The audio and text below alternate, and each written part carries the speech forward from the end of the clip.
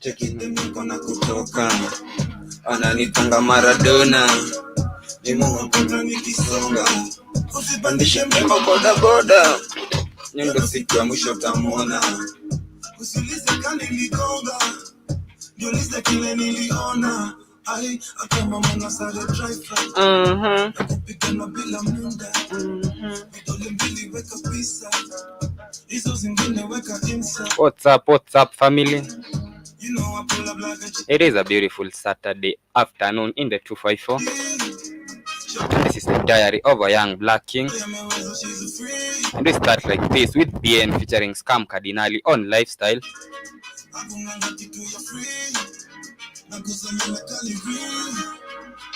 Lifestyle. And I get too serious that I sometimes forget I work in a radio station. I can't remember the last time I started the show with music. It's always the talks. It's always me ranting here about this or that. You know, there's so much to rant about Africa.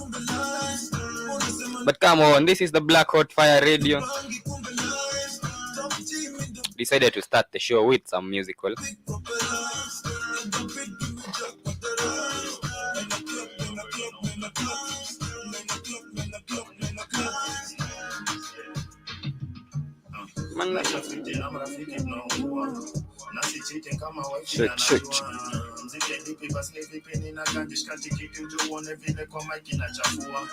Kikulacho ndo hiyo hapo inasumbua, tunajua ni bibi yako kimwanika tunaanua, bidii jasho ndo hiyo ndingo tanunua, otherwise piga kanesa na ikikumu unaweza jua. Lifestyle kuna wenye na babasha, last time tulikata kuperform. So I hope you're having yourself an amazing Saturday. Mine is amazing already. I mean, it's not been a good week for Africa, but it's been a good week for me. Vile hit song imefanya msupata kunizalia, swali kubwa najiuliza mimi ni chadia, siwezi sema jumihania. Na spendi mapicha Lifestyle kwa bila filter, kwa mani na feature bien mwanga mziza, kila lebo kila design. Na spendi mapicha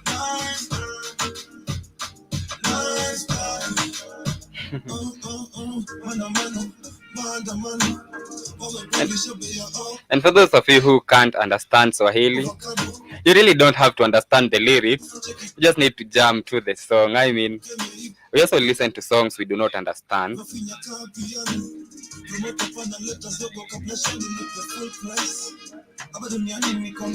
A big shout out to man like Bien. He has a new song with Bobby Shmurda, by the way.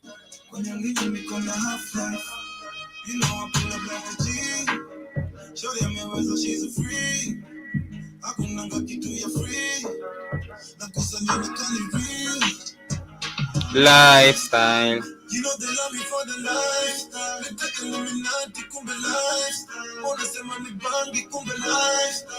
You know, in my literature class, if I can remember well, we used to have something called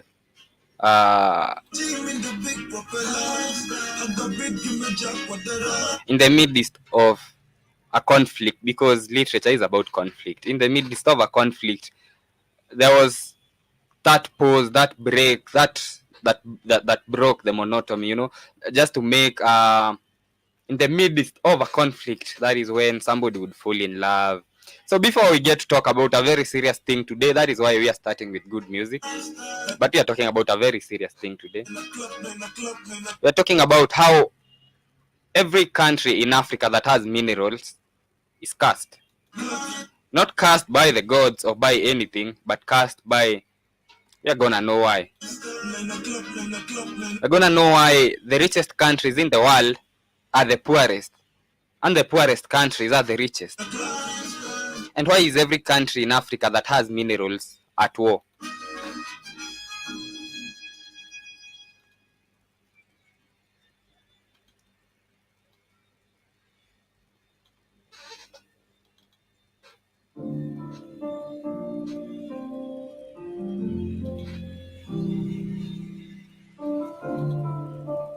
Yeah, I sometimes forget. As I was saying, I sometimes forget I work in a radio station. It's always me talking, it's always me ranting. So today we're starting with a musical. This is BN featuring Nyashinsky with Time of My Life. Still can't believe this the life I chose. See the hands waving at my sold out shows. A roof over my head, yeah. Love in my bed, yeah. So much to live for. I remember when I used to wish for tomorrow. Now I live for today. Enjoy the moment, is it not the good old days? Just imagine falling for no mood, no way, no way. I don't know about you, but it's just something with Swahili songs. No way, no. I'm so grateful that life is so amazing. Lately, two blessings to rise up on the daily. I'm floating on the cloud. Now, Naka I can't say I'm surprised. I'm having the time of my life. I'm so grateful now. Life is so amazing. Lately, two blessings to rise So I'm having the time of my life, and life is so amazing. Please let me know if you're also having the time of your life. up Is life amazing for you? on the daily. I'm It is amazing for me, but not for Africa.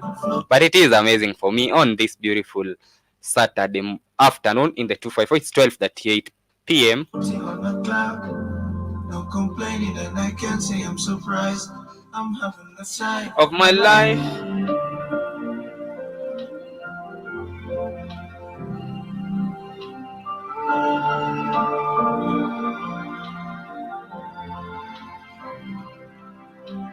Lately I've been grinding, I'm doing too much.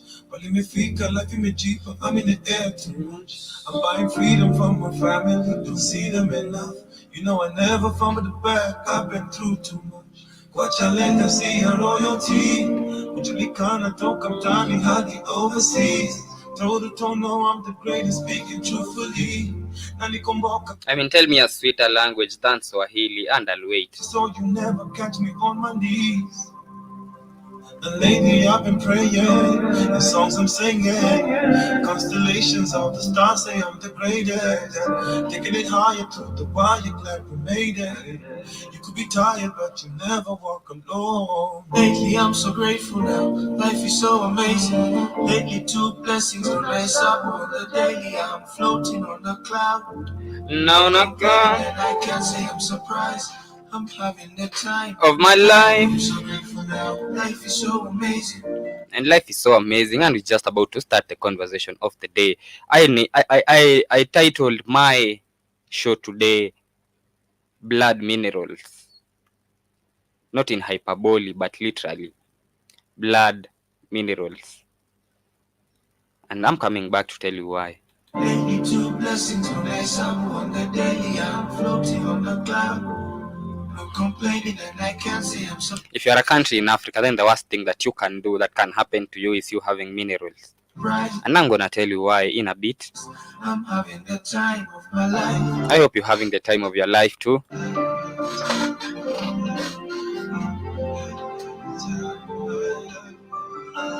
And a big shout out to BN featuring Nyashinsky. And we're done with the music. Time for us to start ranting about Africa, because there's really never enough to talk about Africa, especially in both perspectives. On the positive perspective, there's never really enough time to talk about Africa in the positive perspective, you know, with a lot of good things, a lot of amazing people, amazing music, amazing food. I mean, have you tasted jollof rice and ugali and matoke from Uganda? And have you, I mean, there's so much good to talk about Africa. And many a times we do not really focus on the positive side of Africa. We're always ranting and talking about this and that and that and that. But in real sense, there's so much good things in Africa too. You know, there's so much positivity from Africa. So many good things to talk about. And I think I'm gonna do that in my next show. My next show is not gonna be about blood minerals and why every mineral-rich country in Africa is in chaos. My next show is gonna be about something positive to do with Africa, which I can name like 1,000 of them over my head. You know, with all the problems we have, with all the countless, you know, limitations, we still have so many amazing things in Africa. I mean, did you watch the African Cup of Nations the other day? We had the AFCON that ended on Sunday. That is for the soccer lovers.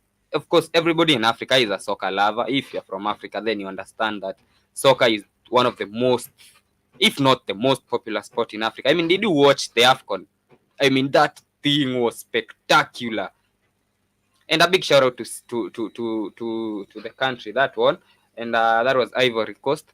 And Nigeria came runners up, and then South Africa was third, and then I guess Congo, if I'm not wrong, was fourth. I mean, look at all the problems that are happening in Congo, which we are going to talk about today, with the genocides, with the murders happening in Congo, and with everything else that is happening in Congo. Congo was still able to perform well in the African Cup of Nations. It played well. Let me see what position they finished in, so that you can get what I'm saying. If there is one thing that you have to give to Africans, it is being resilient, no matter what comes. So DR Congo apparently finished fourth. It was beaten by South Africa on penalties. And this is a Congo that is at war, They wake up and they are killed. You waking up and sleeping in Congo is not a guarantee. What is happening in Congo right now is very, very sad, and it's something that we are going to talk about. That is the real Black Lives Matter. I mean, you should be talking about Black Lives Matter in relation to Congo. Those black lives in Congo really do matter. That is what we should be talking about. But anyways, I have a lot lined up for you. We're going to be talking about a lot of things. We're going to be looking at DRC being one of them. We're going to be looking at a country like Central African Republic with all its richness. That is among the richest countries in the world with diamonds. And not just diamonds, but, it has vast, large deposits of diamond. There are large deposits of diamonds in Central African Republic, but it is a country that is at war right now. I was reporting here on Wednesday about how in Central African Republic right now there are about 10,000 kids fighting. And I always say this: we can have all the conversations you want about liberating Africa, making Africa great again, and everything. We can talk about all that. But it's never really going to happen with the framework and the way things are set right now. For example, if you look at Central African Republic, 10,000 kids are fighting instead of being in school. So what are we breeding? Not intellectuals, not doctors, not engineers, but fighters. Because a kid who started fighting when they were 10 will 100% become a fighter. That is what he grew up with. He grew up fighting. So as I always say, we can have all the conversations we want, but so many things have to change with the way things are currently set. There's so much that needs to change right now, And before that, before I started ranting, I was talking about the positive side of Africa. I mean, we have so many beautiful things in Africa. I mean, look at it was during the African Cup of Nations when apparently pictures of Sierra Leone women, I don't know what they are called. Are they called? They must be Sierra Leone because it cannot be Sierra Leonese. So Sierra Leone women, and they are pretty. They looked good, and everybody was like, I never knew African women were this pretty. And I wondered, have you not been looking? I mean, there's so much to talk about Africa in the positive aspect. Look at our culture. For the communities that still have their cultures intact, look at the Maasais, for example, in Kenya and in Tanzania. I mean, look at, for those who still have their cultures intact, it is beautiful to see. You'll never hear of homosexuality or gayism or lesbianism or LGBT. You'll never hear of anything like that in the Maasais. They still have their African culture intact. They don't even go to church. They don't even go to the mosque. They still offer animal sacrifices to their ancestors. So there is so much beauty in Africa still. Look at the coffee that comes from Kenya. One of the best coffees in the world that you're ever going to taste comes from Kenya and Ethiopia. Look at the Kenyan tea. Look at the gold from South Africa. Look at the cocoa from Ghana, from General Mosquitoes Ghana. Look at so much that Africa offers. But oftentimes we look at the negative side alone, which is understandable because the negative side outdoes the positive. I mean, there's so much negativity going on in Africa. There's so much bad things happening in Africa as opposed to good things. There's so much war, there's so much terrorism, there's so much corruption, there's so much tribalism, as opposed to the good things. So that is why most of the time we do not talk about the positives, but we should be talking more about the positives. We should be talking more about the positives also, because Africa is but a beautiful continent. Beautiful continent. Anyway, let us talk about blood minerals and why every mineral rich country in Africa is in chaos. And I'll give you a statistic about I was trying to make up the statistics on my head, but it can't. It's about every country in Africa is at war. That is easily put. About every country in Africa is fighting something. Name any country in Africa, it is in war. And you wonder why have I never heard of a war in some other funny countries, you know? And you'll get the answer very fast. So right now, I wanted to say about 90%, then I realized that would be a false statistic, and I really don't like giving false statistics. But literally, almost every country in Africa, bar a few, is in war. With, name them whatever you want to name them, extremist groups, jihadists, rebel groups, separatist group. Countries like Cameroon, it is not funny, but I'm laughing because it is hilarious how backward we are. Countries like Cameroon still have people fighting over who speaks what language. No, not who speaks what language, but who was colonized by who. So in Cameroon, you'll get shot because you are colonized by the French. I was colonized by the British, so I'm gonna kill you. You know, we still have wars like those happening in Africa. Go to Somalia, we still have wars over the Sharia law. Go to Ethiopia, the military allegedly killed 45, killed is an understatement. The military allegedly massacred 45 civilians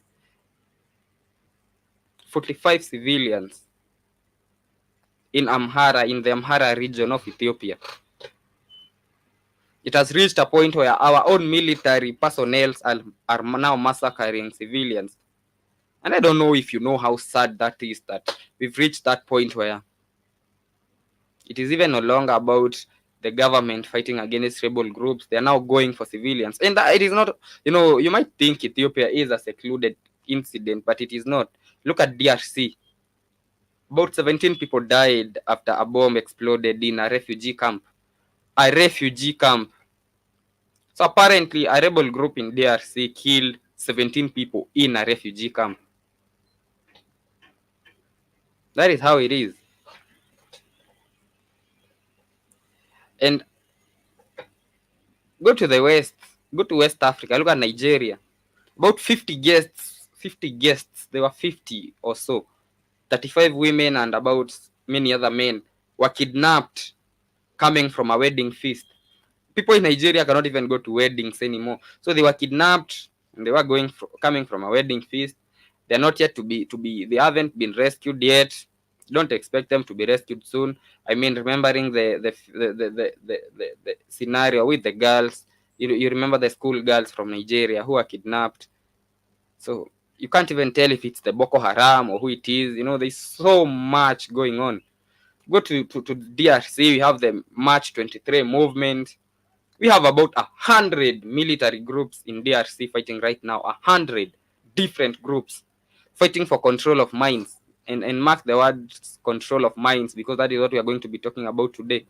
It is more about control of mines, control of the minerals. That is why I call them blood minerals. I actually think Kenya is a bit peaceful if you look at it. We still have bandits and people getting killed, but it is not as robust, as it is in countries like DRC. And the main reason for this is because Kenya really does not have that much mineral deposits as compared to other countries. For example, a country like Nigeria is fuel rich. It has fuel deposits, petroleum fuel deposits, a lot of natural gas in there. That is why there is the Boko Haram and a lot of other things. But in Kenya, we have minerals, but not like that. Our biggest export is actually tea. And if you compare the two, then you'll realize something. Nothing happens by coincidence. Why is it that only countries with vast mineral resources are the ones that get get the rebel groups, separatist fighters, jihadist extremists? Look at a country like Somalia, a poor country. I can't call it that because it is. It is not doing really good economically. So you cannot find basic social amenities in Somalia, things like, and they have a new president, by the way, as a matter of, legality. They just got a new president. So you look at a country like Somalia where you really can't find basic necessities.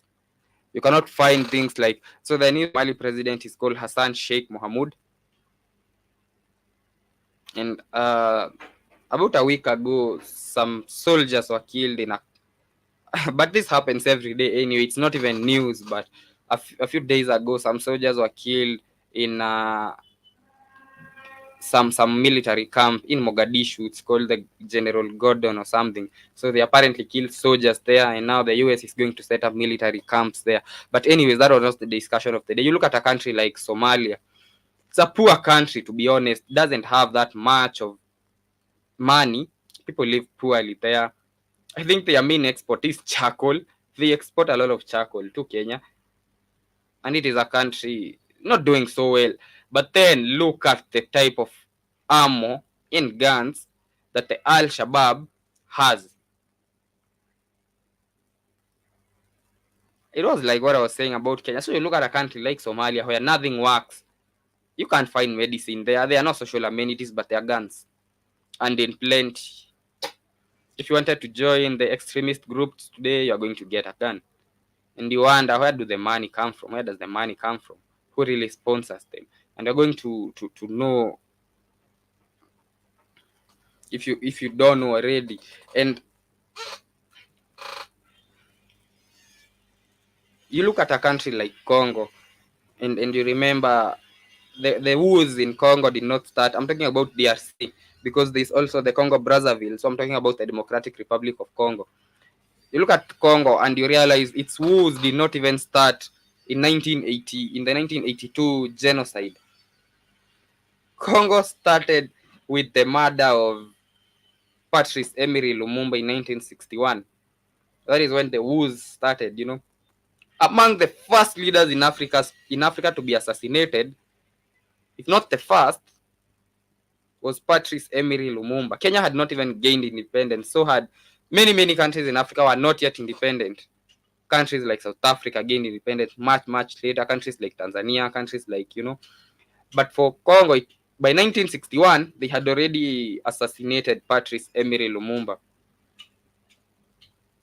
And Congo is a country that they really don't joke with. It's a country that, I know this is a matter of fact, Congo is the richest country in the world. And that is why there are 100 groups fighting in Congo. 100 military groups with different names. The March 23, the AFD, I don't know, they even ran out of names. They now they just add the word front to their rival group's name. So one will be called the ADF, the other one will be called the ADF front. They've run out of names. And the war is about the control of minds. I mean, you can sell all the other propaganda. I don't know, there is tribal tensions. I mean, there's so much propaganda. You're going to hear a lot of propaganda, but at the end of the day, the war is about the control of minds. And that is why you'll never hear of wars in countries that do not have mineral endowments. Isn't there tribal tensions in those countries? And you wonder that. For example, let us talk about DRC for a moment, because DRC is a country that really fascinates me. Because when I talk about the richest country in the world, people will think I'm talking about the United States or China or Russia or all those superpowers. But when I say the richest country in the world, you of course know I'm talking about DRC, Congo. That is the richest country in the world in terms of everything. I mean, have you listened to Congolese music? They literally run the world, not the music, but the minerals. If Congo decided it's not exporting any more minerals, then there won't be any more smartphone, laptop, or any other electronic being produced. Tesla would go down. Almost every company that deals with electronics would go down. And that is why Congo is a no joke. They really don't joke with Congo. And the March 23 movement is the one that has been, there has been a crisis going on in Congo that nobody is really talking about. And because we are talking about blood minerals, and we cannot really talk about blood minerals without starting with Congo.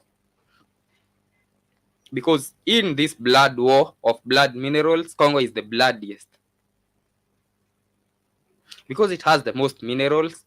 And I don't know if you know, but this year, about 8,000 people have died this year alone in Congo, according to reports from some human rights group from there that I read. This year alone, 1.5 million people have been displaced in Congo. This year alone. And adding that adds to the 6.75 million people who had been displaced in the previous year. That is before November. The statistics I'm giving are from November. And so, you really look at, the post-election violence in Kenya costed about 1,000 to 3,000 lives, if I'm not wrong, and we still remember how bloody it was. We all know someone who, I personally lost a few cousins. I can't even remember the exact number, about 6 of them in the post-election violence, the 2007, 2008 post-election violence. I lost an uncle, I lost an aunt, and about 6 cousins in that war, because we were in the Rift Valley, and the Rift Valley was the heart of the war. And about 1,000 to 3,000 people died out of that. We still remember that to date. It is still painful to date. And then I look at Congo, where we are talking about 8,000 people. And nobody is talking about it, not the West, not the media. Nobody is talking about Congo right now. Nobody is talking about DRC. Nobody is talking about what is happening there.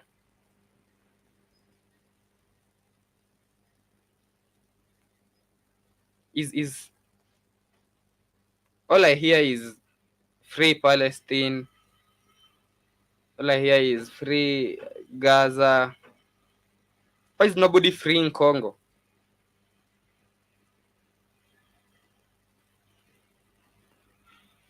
Is there a price for this freedom? Is this free, not free? Because if it was, then why are we having different treatments for different countries? Not even the Africans themselves are talking about Congo, what is happening in DRC. And DRC, as I said, DRC is not a secluded case. It is not even a secluded case. Why is nobody talking about what is happening in Ethiopia? 45 civilians were killed, 45 massacred. I said kill is an understatement, because they were taken to a place and the military opened fire. Of course, they denied that. So that is why I used the word allegedly. So of course, the Ethiopian government denied that. But sources indicate that they did that to more than, it was not actually 45, it was more than 45. 45 are the ones who have been recognized and identified from the villages. 45. And nobody is talking about it. Nobody. You're not going to hear this anywhere else. You're only going to hear this in Black Hot Fire Network, let me tell you. You look at a country like Central African Republic. I told you on Wednesday, there are 10,000 children have been drafted into militia groups since since July, if I'm not wrong. And that was statistics given by the government of the Central African Republic. Nobody's talking about why 10,000 kids are fighting in Central African Republic instead of being in school. No, all we care about is free Palestine, free Gaza, free Ukraine, you know. Free Ukraine. You have black people dying every day in Africa. As we are speaking, 17 people died in DRC on Thursday. 17 people were killed. I'm not talking about fighters, you know. I'm talking about people were bombed in a refugee camp in DRC. And nobody is talking about it. Look at what is happening in Somalia. Nobody is talking about it. Nobody will. Look at what is happening in Sudan. Right now, in Sudan, they shut down telecoms. I'm not sure if they are back yet. But as for the last time that I checked, there were no telecoms in Ethiopia. Sorry. The last time I checked, there was no internet in Senegal. The government shut down the internet in Senegal. I mean, we're having 50 people getting kidnapped in a single day in Nigeria. 50 people getting kidnapped in a single day in Nigeria. And I said, if you can remember well the saga with the school girls, then you can tell the 50 people are not going to get released anytime soon. They might even get killed. And the government does not even know who did it. There are so many groups that nobody knows who did what. Nobody really knows anymore. That is the same case with DRC. The bombings are so many. Even now, people have stopped blaming the M23 because they are not even sure the M23 did it. I told you in DRC, there are so many groups that they have run out of names. So you'll hear the ADF, then the ADF front, then you'll hear another one called the ADF separatists. There are about 100 groups fighting in Congo. And come to Kenya. Go to Uganda. How many people died the other day when Al-Shabaab attacked Uganda?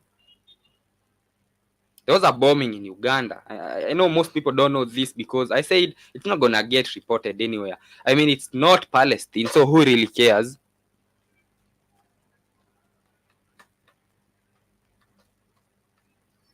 You know?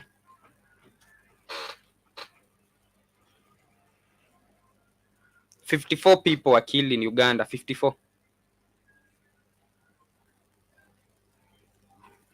54. I know you never heard of it. Probably because, as I said, nobody really talks about this. All we care about is free. But when it comes to Africa, there is no free. I've never heard of free.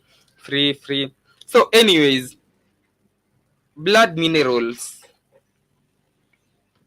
If you look at all the countries that I've mentioned, then you're going to notice one thing.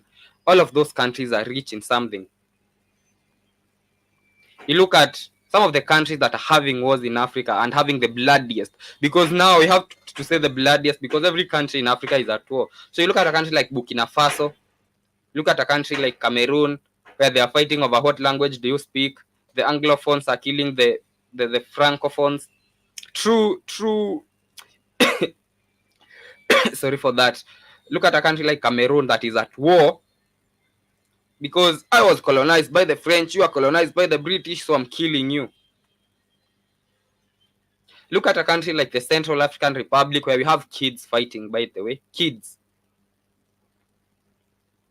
And before you those kids are gonna shoot the hell out of you. No, I do not really blame them because, you know, when other kids were being taught alphabets and basic arithmetic, those ones were being taught to cock guns and to, you know. So you really can't blame them. I saw a bombing that happened in was it in DRC again? And they said the bombing was actually done by 11-year-olds. And now you see an 11-year-old killing you. No. Anyways, that is, you look at a country like DRC, go to Ethiopia. Ethiopia is at war right now. Go to Mali. There is war going on in Mali. Mozambique, there is war going on in Mozambique. Nigeria, I really can't speak enough about Nigeria. Nigeria, they have the Boko Haram. And if that is not enough, they have Bola Tinubu and many other problems. I mean, they don't have electricity, but that is not the point. Look at Nigeria also. One of the richest countries in Africa in terms of everything. I mean, that is why you're going to find Nigerians anywhere. I'm sure if we are once successful and go to Mars, you are going to find Nigerians there. If at one point we get successful to land on the moon, because I'm not sure we have ever done that. I doubt we ever did. Apart from the Hollywood movie that we watched. So the movie aside, if we are ever successful and land on the moon, we are going to find Nigerians there. That shows you how much Nigerians are entrepreneurial, adventurous. There are so many Nigerians in Nairobi. And one thing about all the Nigerians in Nairobi, they are rich. I mean, you can't go and have the discussion about what they do, because most of them do not really do good things. But look at Nigerians, for example. I really can't speak enough of Nigerians. Good music, good food, the mineral endowment in Nigeria is crazy. With the fuel, it has one of the biggest fuel deposits you're gonna find, and there's even gold in Nigeria, by the way. There is cobalt in Nigeria. There's so much minerals in Nigeria, and that is why Nigeria is always fighting. And when it's not fighting its wars, it's fighting other African countries. For example, Bola Tinubu, the chairman of ECOWAS,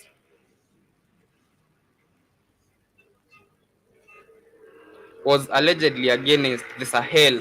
You know, there is the Sahel Alliance. At least we are starting to see Africa getting liberated. So you look at the Sahel Alliance, and the other day it withdrew from ECOWAS. And you look at Nigeria, you look at Bola Tinubu against it. And you know, when Nigeria is not fighting against itself, when it's not fighting Boko Haram, it doesn't have electricity. When it has electricity, it is fighting other wars that are not even related to them. You know, it was the one that was imposing sanctions on the Sahel Alliance. You know, the Chad and the Mali and the Abraham Traores. It was the one on the forefront of imposing sanctions. And you look at Nigeria and you wonder, you are imposing sanctions, and yet you yourself are really, because Nigeria is really struggling. That's for a fact. In comparison to where it should be, in comparison to what it has, where it should be. You can give me all the talk about Nigeria being the economic power hub of Africa. You can give me all that talk. You can give me all the talk about Nigeria being the heart of Africa, Nigeria being the biggest economy in Africa, but it is not. That is a fact. I mean, have you seen the Nigerian currency? It's the weakest, among the weakest in Africa. Look at the slums in Lagos. How can you be the African power hub? How can you be the heart of Africa where you are in the dark? And you don't have electricity in a country that has fuel and so many running rivers. In a continent that produces electricity from diesel generators. You have diesel in your country and you don't have electricity. That is one of the other countries. Go to Senegal. So apparently Senegal has been hitting headlines for the whole of this week. Just by the way, aside from the blood minerals. So apparently Senegalese President Macky Sall decided you are not gonna hold elections, brothers. The election is gonna be in December. So apparently Macky Sall, the Senegalese president, was in his last term, so he cannot vie again. And the election was supposed to be next week, by the way, on Friday. The election was supposed to be on the 25th, not on Friday, on Sunday, next week on Sunday. And so Macky Sall wakes up and says, brothers, we're not having the elections. The elections are in December. It is funny, but not funny. How you can just wake up one day and postpone elections in in these countries. And now Senegal is in chaos. You know, the people are mad about it and they protested and they were killed. About 5 people have died in the protest, and now there's no internet in Senegal. And now the court yesterday nullified Macky Sall's declaration postponement of the election and said the election has to be done. And now Macky Sall said he's doing it for the best of Senegal. He's gonna defy the court orders, of course. And now the people of Senegal are out there protesting and getting shot. I don't know, 25 people have been injured, 5 have been killed. That is Senegal for you. One of the richest countries. It is actually, Senegal is among the most stable countries in the Western Bloc.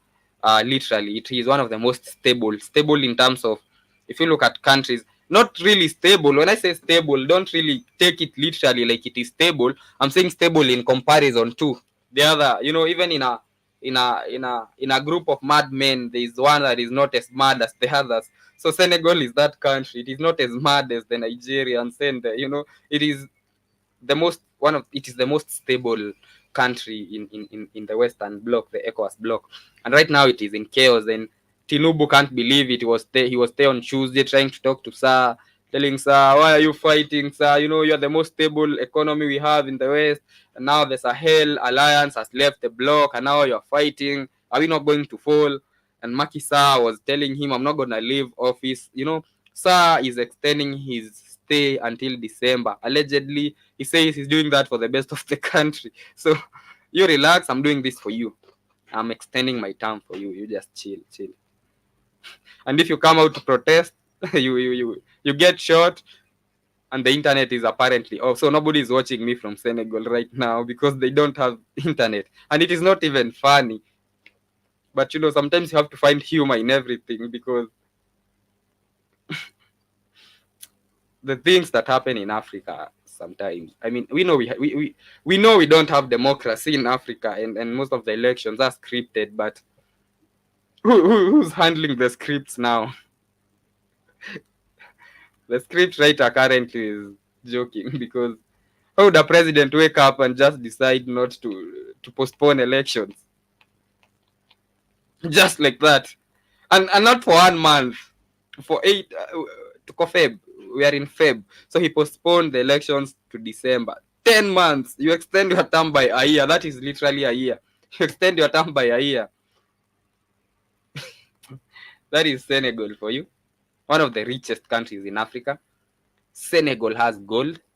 Senegal has, if I started naming the minerals in Senegal, I would be repeating myself, because most of the minerals that we have in Senegal are the same ones we have in most African countries. You know, most African countries share these things.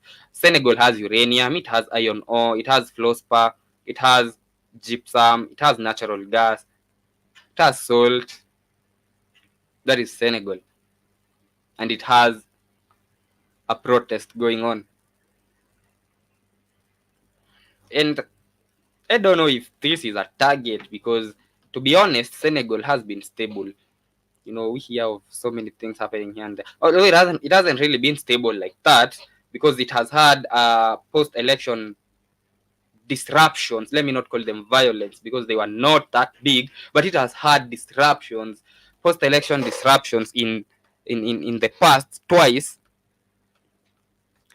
But in comparison to other African countries, especially on the Western Bloc, because the Western Bloc is the maddest bloc we have in Africa. The Western Bloc is the one that is always fighting, and it is actually the one that has started liberating itself. The Western Bloc is the one that has started liberating itself. Because you look at, I don't want to say Ghana is liberating itself. Ghana is just broke. And so it happened in March 2021. There was violent protests in March 2021, and some people died. The police in Africa apparently do not understand anything that is not violence. And I know my lighting is not so good today, so I hope you bear with me. Something is up with my lighting. So in case you see me in the dark, this is the Black Hot Fire Network, and I have a lot of melanin, so The lighting is not as good today, but we're still gonna work with that. So I was talking about, what was I talking about? I was talking about Senegal. Oh, I was talking about the Western Bloc being the Western Bloc is trailblazing everything. It trailblazes everything. You look at most of the terrorism in Africa, it happens in the Western Bloc. Of course, with the Boko Harams and everything. And you look at the liberation has started in the Western Bloc with the Sahel region. You know, the Sahel Alliance is actually a good thing, because the three countries are also in the blood minerals conversation. Look at Mali, look at Burkina Faso. Burkina Faso has gold, it has manganese, it has limestone, it has marble, it has phosphates. Niger has uranium, it has coal, it has iron ore, it has tin, it has phosphates.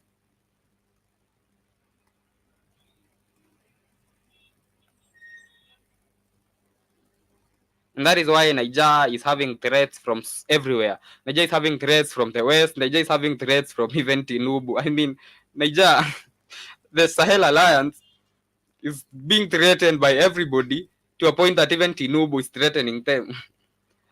The Bola Tinubu, the president of Nigeria, who's also the chairman of ECOWAS, a big shout out to him and to the former Nigerian president whose signature was used to steal money to Muhammadu Buhari, who, you know, Nigerians are funny, not like that. So Nigerians forged their former president's signature and used it to steal money from the central bank.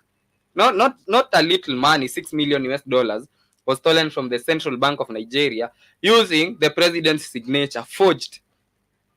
So somebody went and withdrew money I've been sent by Buhari, give me six, you know, and it was a whole scheme. It didn't happen as easily as I'm putting it. It was a whole scheme that involved the CBK chairman. CBK is Kenyan.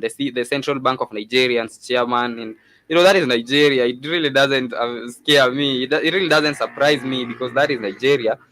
And I was talking about Niger. The reason Niger is having so many threats is because it has all those minerals that I mentioned.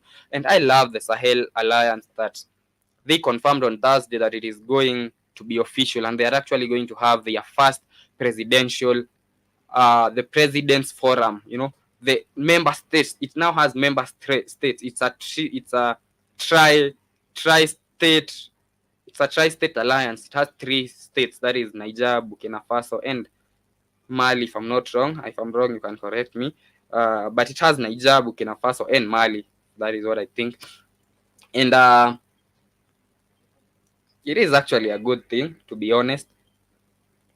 Saying it's a good thing is an understatement. It is one of the best things we've seen in Africa in a bit. I mean, countries waking up and saying, you know what, we're not doing this ECOWAS thing anymore. Get our names off that thing, Tinubu. And ECOWAS is like, we do not recognize you as legitimate governments. And Traore tells him, we also do not recognize you as a legitimate bloc. So we are leaving you. And that is a good thing. good thing. And I think the Sahel Alliance will grow and grow. If they don't get, you know, most Africans, if you look at most African politicians, when they started, they looked like they meant business. Even the leaders who got into power through coups, at first people celebrated and thought that this was it. So I'm really down on my knees hoping the Sahel Alliance won't go down that route. You know, even Uganda, when Museveni took over through a coup, they thought this was it. And Museveni said in his first press conference that he's not going to cling to power. And people celebrated, man. That was before I was even born. Long story short, Museveni is still in power, and he's not gonna leave soon. So I'm really down on my knees, hoping that the Sahel Alliance won't go down that route. Traore won't take that route. You know, that this is going to be the start of something good for Africa. You look at even Rwanda when they had Kagame take over through a coup. Was it through a coup? Yeah, it was through a coup. They also thought that this was it, man. This was it. But they later realized that that was not it. And so I really hope that is not going to happen with the Sahel Alliance.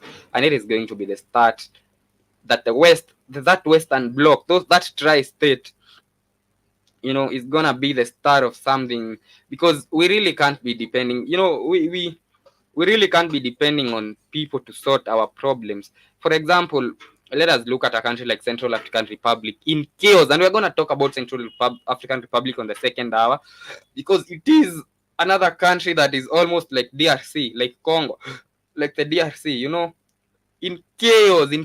There is war going on in Central African Republic, and they sat down and thought, and they figured out the only solution they could have for the war that was going on was to have the Wagners come in. And so right now the Wagners are in the Central African Republic. They were being read by the allegedly late, I really never believe anything from the mainstream media. So even when I'm talking about somebody who died, I have to say allegedly, because I'm not even sure they are dead. They might even be watching this. They might even watch this episode later on, and I'm calling them the late. So the allegedly late Prigozhin, Yogzovi Prigozhin, was the one who was leading the operations in Central African Republic. The allegedly late, I don't want to say I hope he's dead. I don't know if he's dead. Shout out to him wherever he is, dead or alive. He was the one leading the operation in Central African Republic. So we sit down and we figure out the only way for us to sort our issues is to let us invite the Russians. They're the lesser evil. But I love the approach that the Sahel Alliance used. Now, we're not going to invite the Russians. We're not going to invite nobody. We are nobody's allies. We are nobody's foes, except for Nigeria, except for the ECOWAS, not Nigeria, the ECOWAS, led by Tinubu. Shout out to Tinubu. So we are nobody's friend. We are nobody's enemy. If you want to do business, come sit at the other side of the table. Say whatever you are offering. We listen. We trade. We're not inviting the Wagners. We're not inviting the Russians. We're not inviting nobody.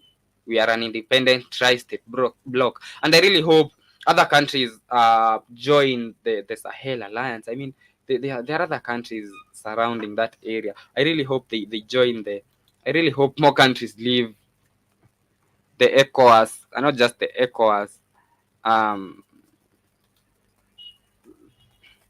But there's so many. You have so many paper organizations in Africa. The OAU, the AU, which, by the way, former opposition leader Raila Odinga will be vying for the chairmanship. All the best to him. I hope he wins the AU chairman's post. You look at all those organizations we have in Africa that we do not know who finances them, and we always talk about he who pays the piper calls the tune, but we really don't care. We just dance to the tunes of the piper's master. And I hope the other countries around the Sahel Alliance. I mean, countries like Benin, countries like Chad, countries like Algeria, countries like Senegal, the Gambia. I have a relative living in the Gambia, by the way, shout out to him. I have, countries like Ghana. There are countries that are surrounding that Sahel region.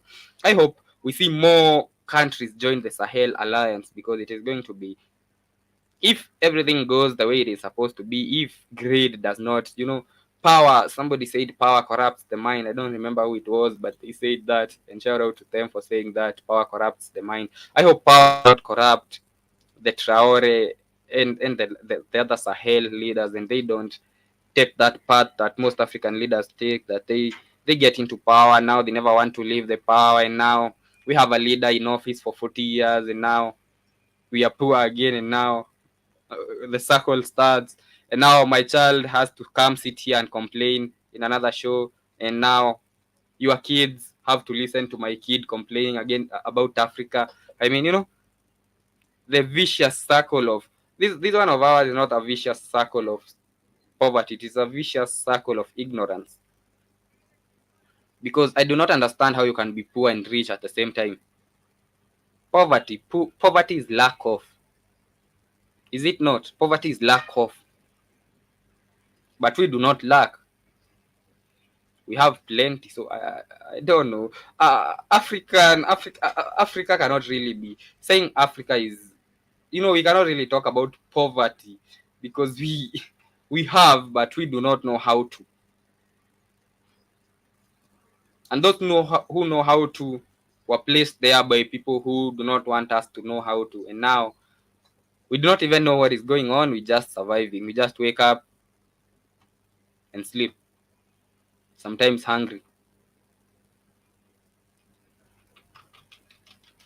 And we think it's normal because I'm an African. I'm supposed to suffer.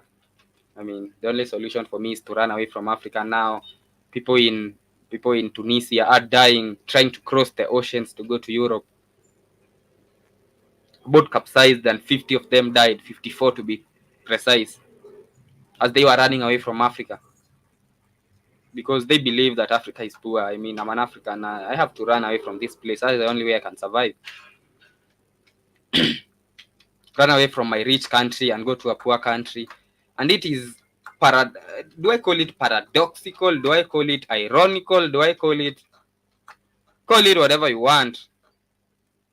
That the poorest countries in the world are the richest, and the richest countries in the world are the poorest. Those who do not have, and those who have do not have. I don't know if that makes sense, but that is what happens. The Ghana, the DRC, the Nigeria have, but they do not have. The China, the USA, the France, they do not have, but they have. They control, they run our financial systems, they run our minerals, they run our policies, they run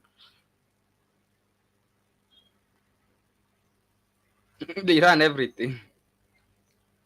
Man, it is not even funny, but I said sometimes you just have to find the comical part of everything, because if you do not do that, then you might go mad. And rightly so. We have an African writer. His name is Henry Mbuga. He wrote a very good book called Betrayal in the City. So Henry Mbuga says in the Betrayal in the City, he says, when the madness of an entire nation disturbs a solitary mind, it is not enough to say that the man is mad. And I say, when the madness of an entire continent disturbs a solitary mind, it is not enough to say that the man is mad. So you might go mad looking at Africa. And that is why the kid was telling me the first time he stepped in Africa, he could not believe what he was seeing. He heard about people paying school fees and he could not believe. How do people pay school fees? What do you mean school fees? And I was asking kid, what do you mean you don't pay school fees? How do you learn? Who pays the teachers? How do you not pay school fees? It doesn't make sense to me. It didn't make sense to him how people are paying school fees, and it didn't make sense to me how people are not paying school fees. So I don't know if you've heard the stories of an alternate world. We live in an alternate world. Me and Keith, me and the people from the West, I do not understand how people get food stamps. I mean, what do you mean you can get free food from the government? It's either you get food or you sleep hungry, It is, and you look at the biggest producers of most of these foods, they're supposed to be African countries, because have you seen how rich? I've been to Uganda. Uganda is, I do not have words to describe Uganda. But one, it is poor. What is the first word that I can use? There is hardly anything. People in Uganda get drunk at 7 a.m. Women and men. In Kenya, at least in Kenya, people get drunk, but not like in Uganda. I went to Uganda and I was shocked.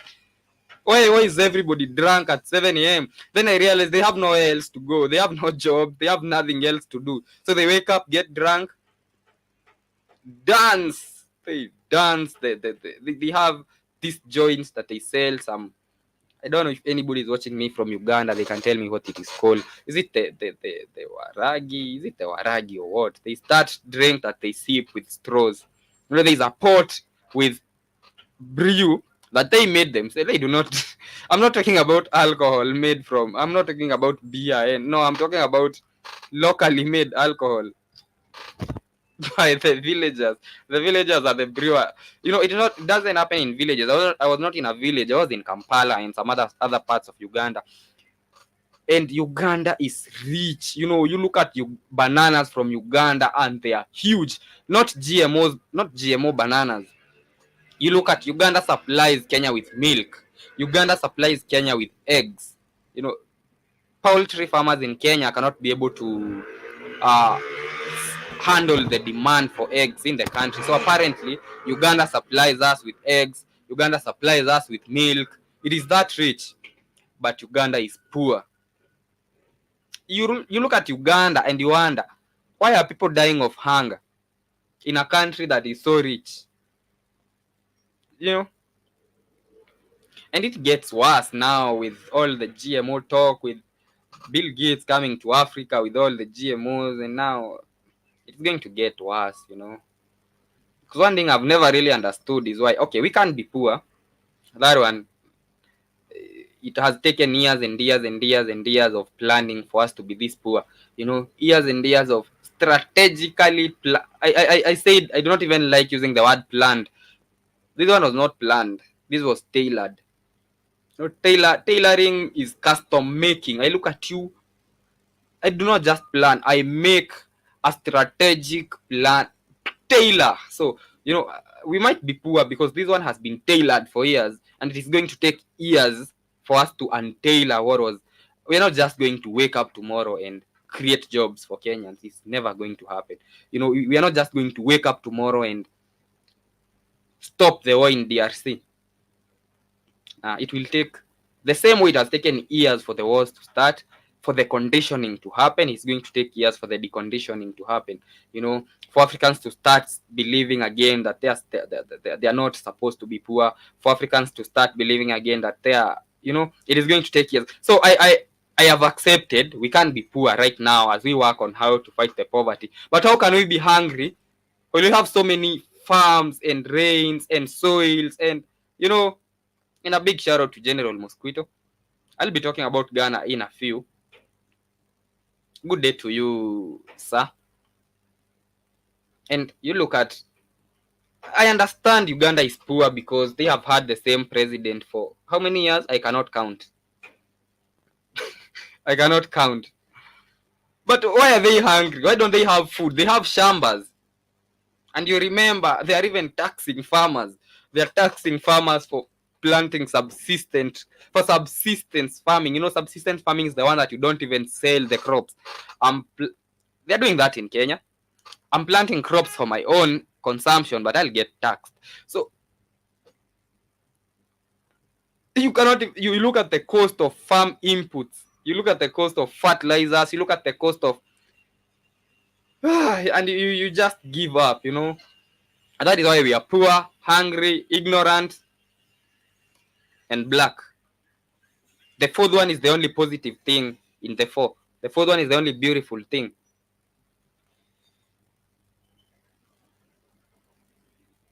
We should be black and happy because black comes with a lot of good things, you know, as I've come to learn, as I've learned in the Blackout Fire Network. I also never knew that black is beautiful like that.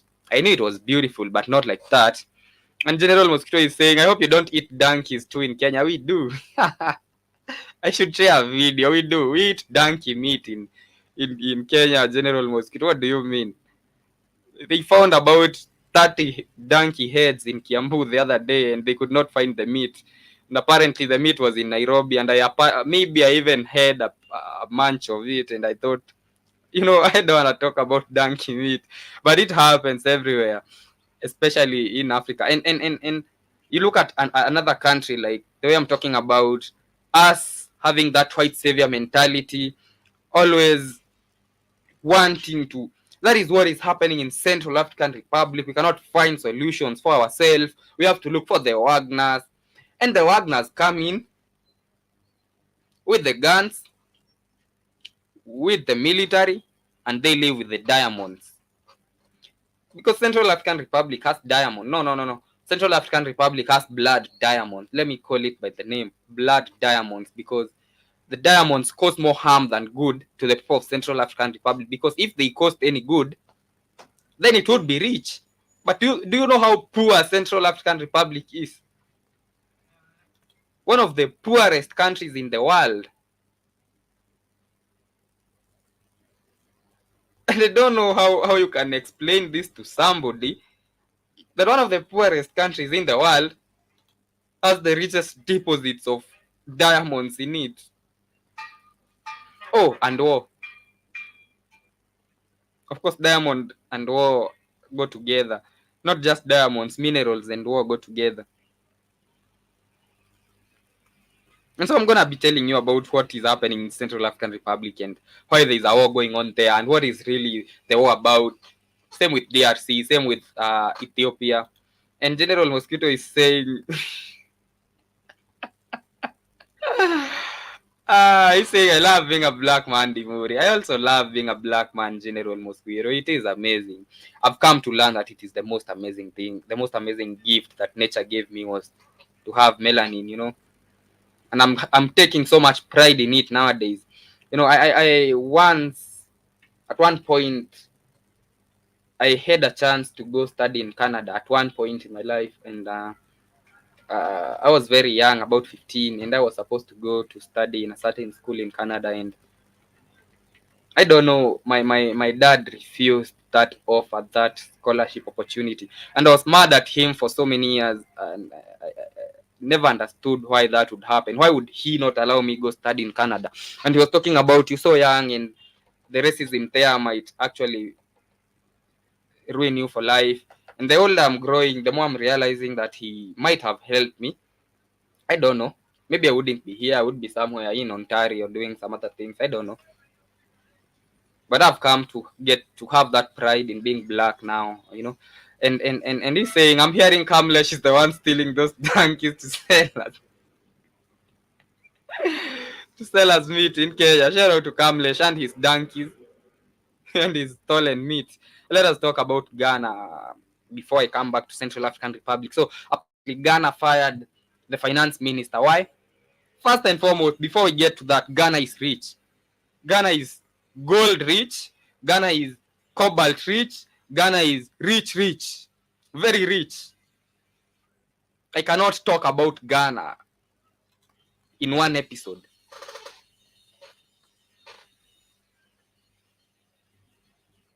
You know, let me look at some of those are the minerals that I know offhand. Because I have the internet, let me see the other minerals that we have in Ghana before I tell you what is happening there. Because a lot has been happening in Ghana. And these people are giving me articles instead of giving me the minerals. But anyways, you know, Ghana has a lot of minerals. I talked about the gold. I talked about it has fuel deposits too. I talked about the cobalt. But apparently, Ghana is going down. It actually took an intervention of the IMF. I want you to mark how ironical that is. The IMF had to intervene for Ghana not to go down. So Ghana is in a hole, and the one who put it in a hole had to intervene to make it. I don't know how to put it, but apparently the IMF bailed out Ghana out of it was going down. The economy was gonna go down, and so it was going down because of debts in the first place. It had so many debts that the economy was no longer working. You know, the inflation hit, I don't know, 51%, and now nothing was working anymore, and they had to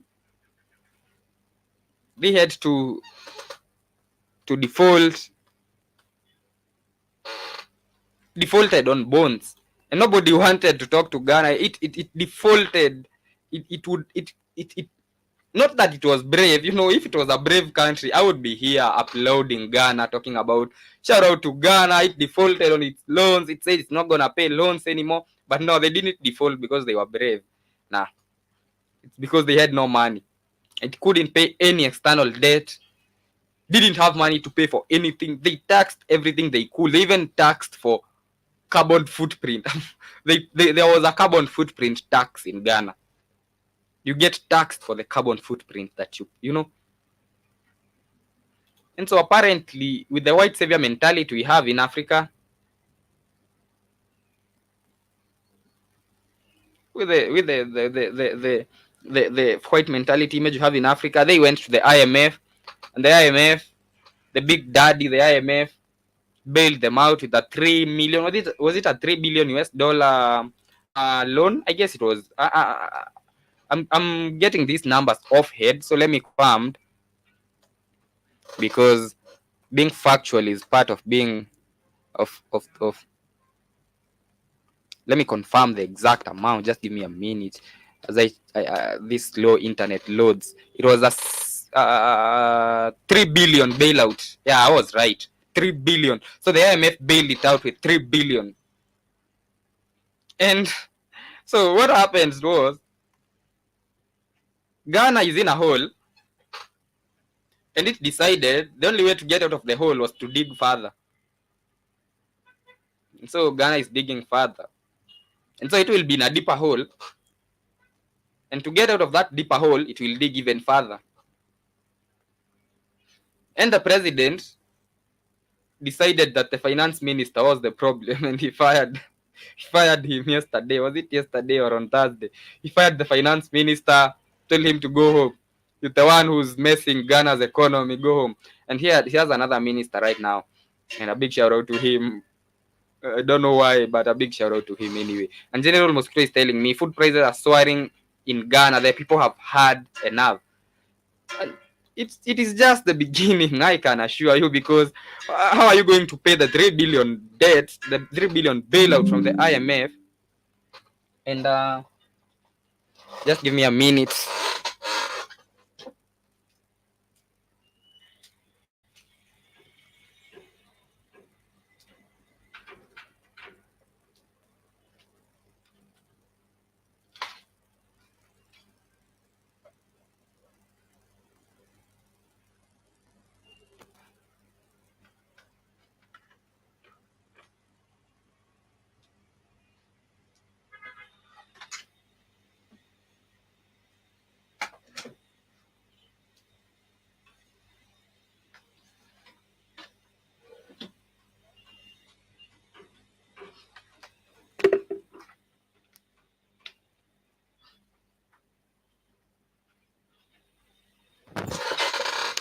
Sorry for that.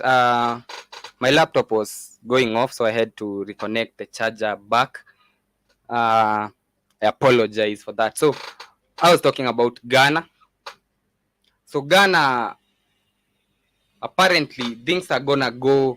It is going to get worse before it gets better, because now they have to pay the 3 billion. They have to pay the 3 billion bailout, and they still have to pay the loans that they defaulted. They're not just gonna pay the 3 billion and it's done. They still have to pay the loans that they defaulted with, and that is why they were protesting the other day, right, General Mosquito? I guess they had protests because they were against some VAT that had been introduced. There's so much VAT in Ghana, they're almost taxing VAT on VAT. So there were protests the other day, and the government had to do away with some other tax. They had to do away with some taxes, because I don't know who gave African presidents this. It is happening everywhere. In Kenya, I was seeing complaints from South Africa. It is happening everywhere. Even Ramaphosa was having that. He signed some health bill the other day. So I don't know who told African presidents that you can tax yourself to abundance, that you can tax yourself to richness, that taxing people can make you rich. I don't know where they got this idea, but that is what every African president is trying to do right now. Tax as much as they can. That is what was happening in Ghana, and the food prices are gonna go higher because of the debts in Ghana, of course. And it had to take the IMF coming in for them. And I'm not. I want you to see how ironical it is that a country like Ghana, and that is what I was talking about the other side. I don't even want to go back to the Bretton Woods systems that we use in Africa. The Bretton Woods systems, Africa is never going to grow with the Bretton Woods system being the system that we use. With the African Development Bank, with the, I don't know, the, call them whatever, and I wish they did away with the name African, because there's nothing African there. There's nothing African in the African Development Bank. There's nothing African. There's nothing African in the AU. The only African thing in the AU is the word Africa.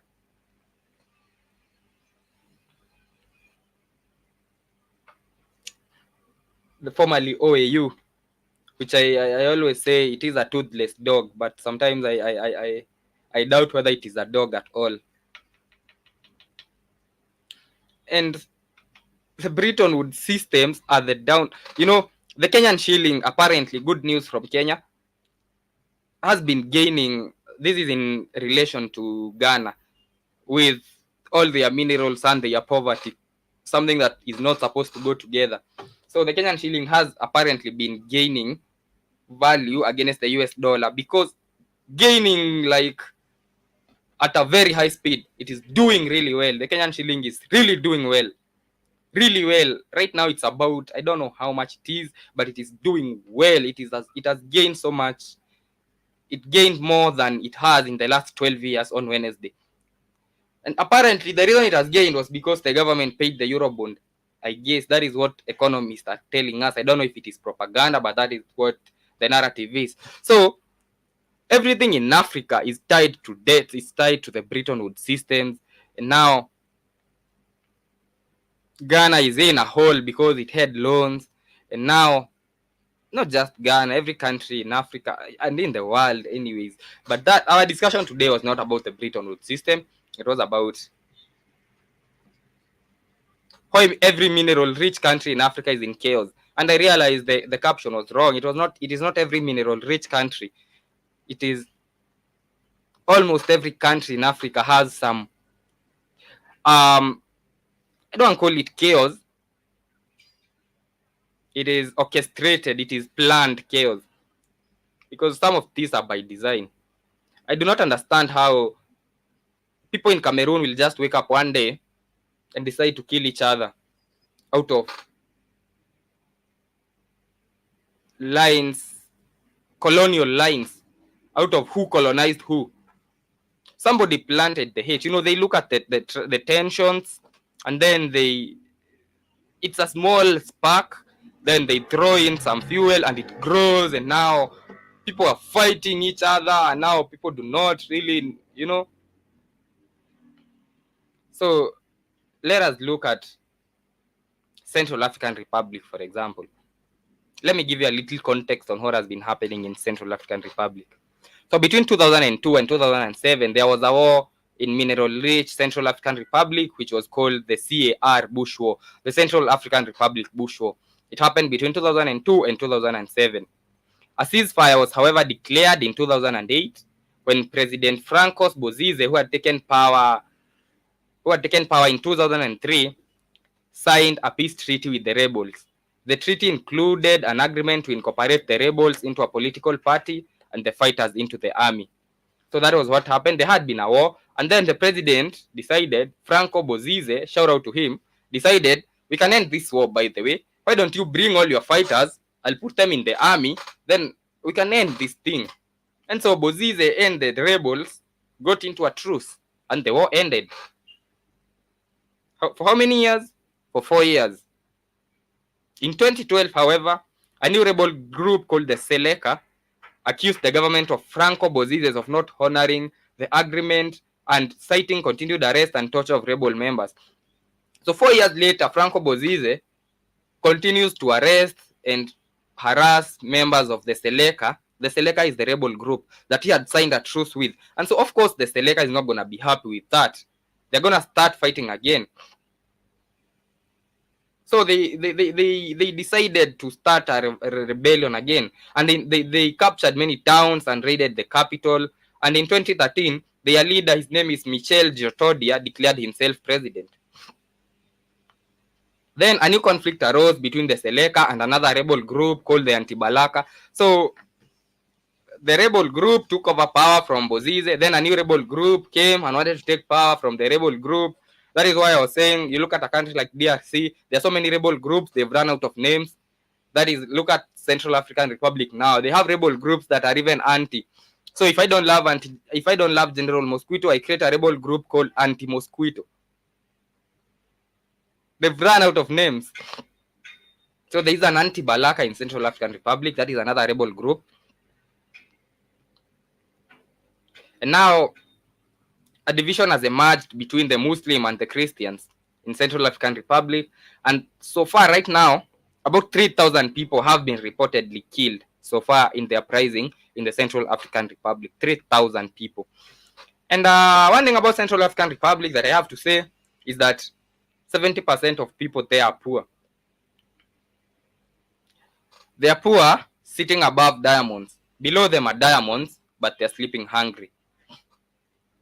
That is Central African Republic for you. That is Africa for you.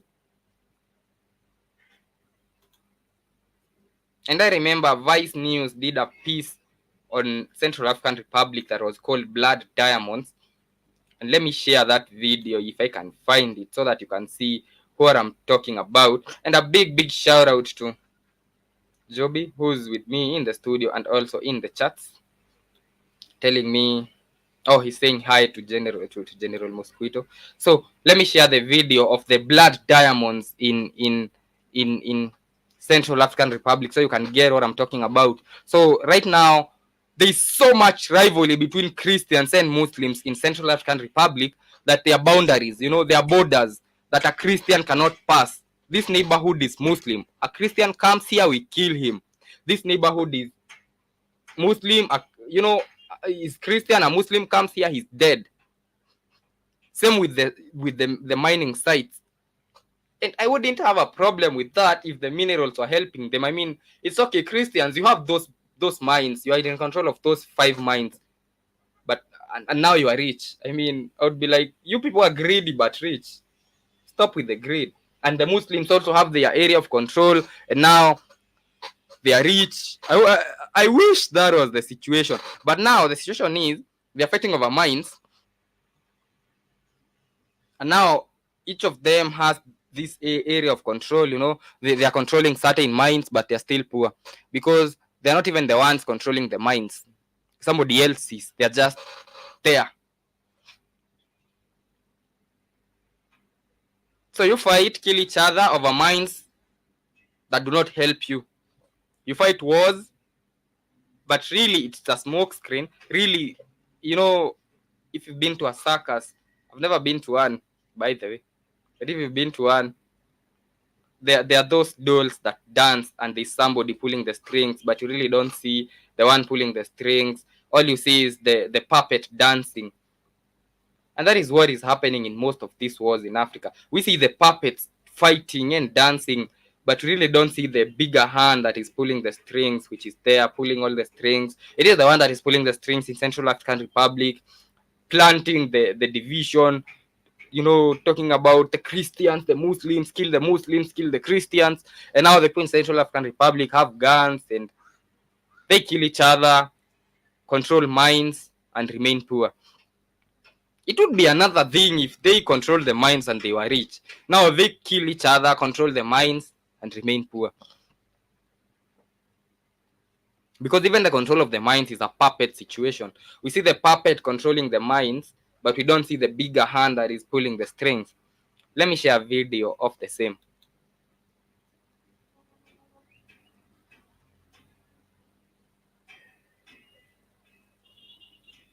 So I'm sharing a video by Vice News. Hope they don't pull it down for copyright. That's why I had to start with the copyright.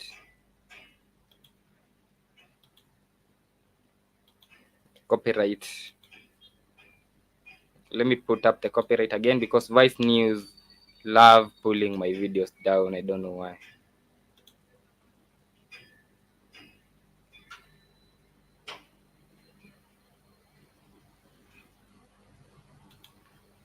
Yeah, so here is what has been happening in Central African Republic. I watched this video a few months ago, and it made me mad. I hope if it doesn't make you mad, then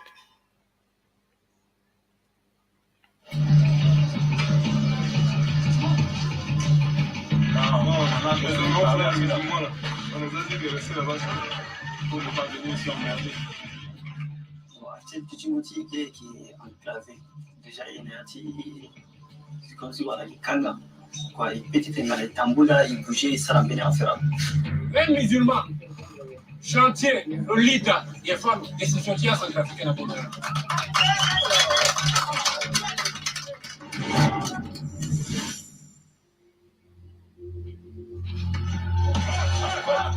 Since early 2013, the Central African Republic has been torn apart by sectarian conflict.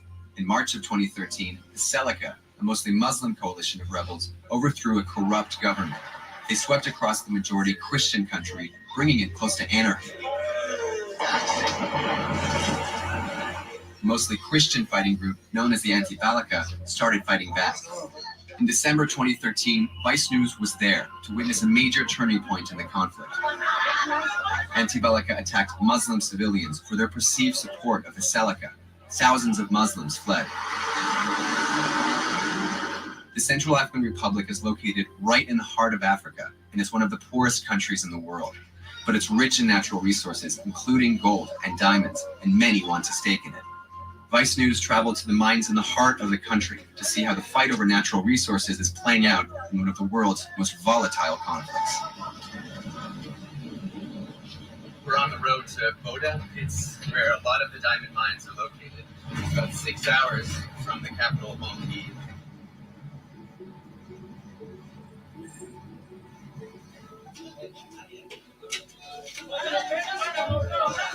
In the west of the Central African Republic, Anti-Balaka have taken control of many of the key gold and diamond-rich areas.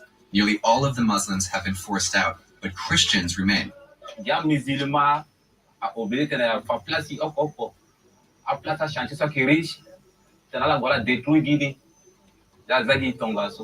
to the conflict, the official mining industry has collapsed, but a lot of the gold and diamonds are still smuggled out from across the country. And according to the United Nations, both Seleka and the Anti-Balaka militias are taking a cut.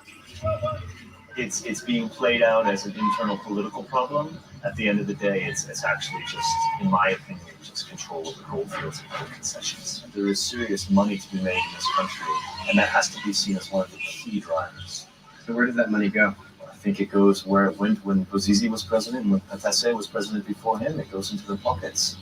It's certainly, where it doesn't go is it certainly doesn't benefit the people of the Central African Republic.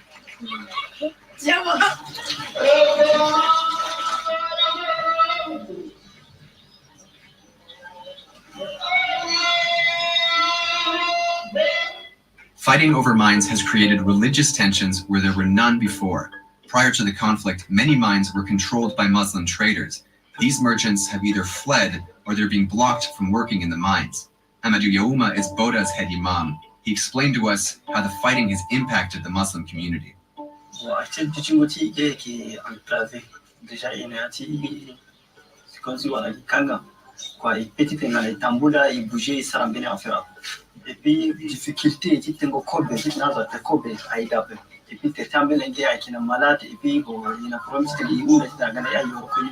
Historically, we have seen Muslims being involved with a lot of the mining. So there were the middlemen. They have extensive trade networks in Central Africa and in West Africa. And now we've seen with the rise of the Anti-Balaka, which is mainly a Christian movement, that literally kicked out, I think, more than 90% of the Muslims. Boda's Muslims say they've coexisted with others in this region for more than a century. Now they say they'll be killed if they leave their neighborhood. Many have horrific stories of being attacked. Yusufu Musa was captured by Anti-Balaka with his brother. He managed to escape. His friend told us the story.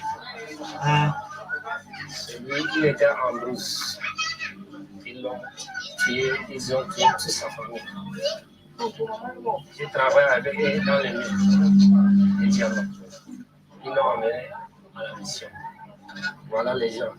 Il montre les gens qui ont fait ce travail. Ce sont eux. Voilà tous. Il est là. ils l'interrogent, ils le grondent, ils l'insultent. Et ils sont dés. Ils l'avaient amené ici. Ils ont égorgé l'autre ici devant son Dieu. Et puis ils l'ont amené ici en mission. C'est là qu'ils les ont relâchés. Pourquoi il est décidé? Parce qu'il est musulman.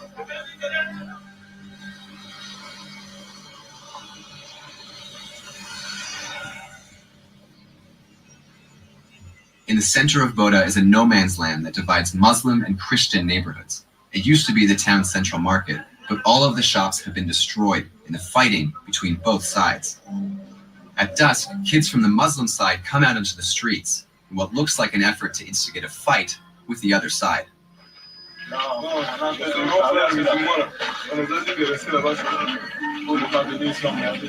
Les petits veulent aller là-bas chez les chrétiens. Bon, nous, on n'a pas besoin d'aller là-bas. On ne peut pas venir chez les chrétiens pour chercher des problèmes.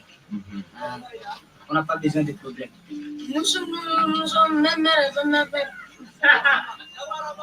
Many in the Christian neighborhood say they've been attacked too.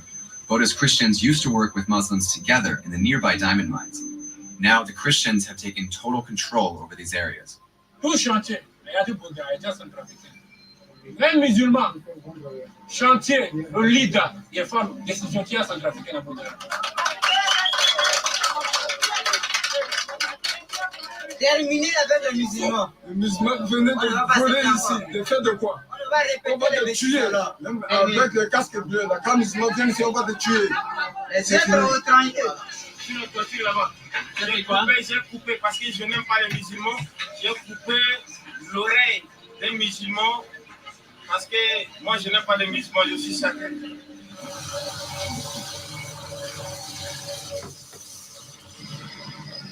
We're on our way to the diamond mines outside of Boda. It takes about an hour and a half on these motorcycle taxis to get there. This part of the Central African Republic is really, really underdeveloped. It's all there is. There are no roads. And of course, they took down the stream because Vice News, I think it was copyright for that video. Please let me know when I'm back on the stream. And General Mosquito was saying, have you seen the movie Blood Diamonds? But let me wait for the stream to be back up again.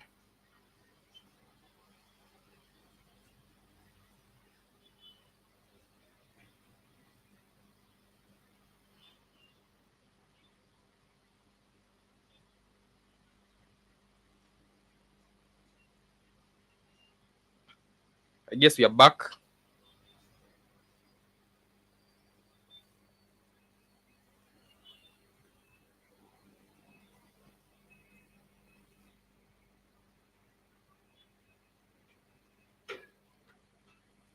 And so let me continue with those on the radio station. Those ones on YouTube will join me later when the stream is back. So for those on the radio station, General Mosquito says, have you watched the movie Blood Diamonds starring Mon Bonsu? It gives really good depiction of the bloodshed over the diamonds in Africa.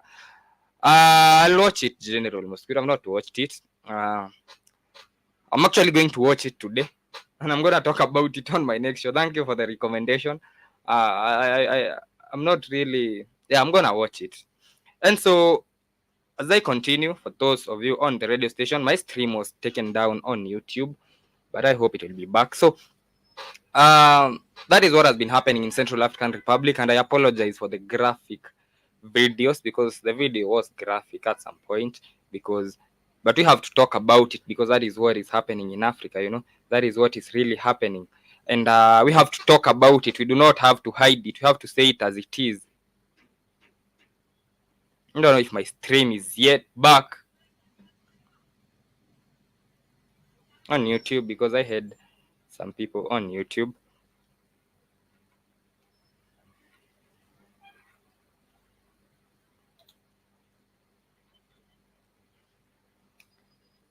Please let me know when my stream is back on YouTube.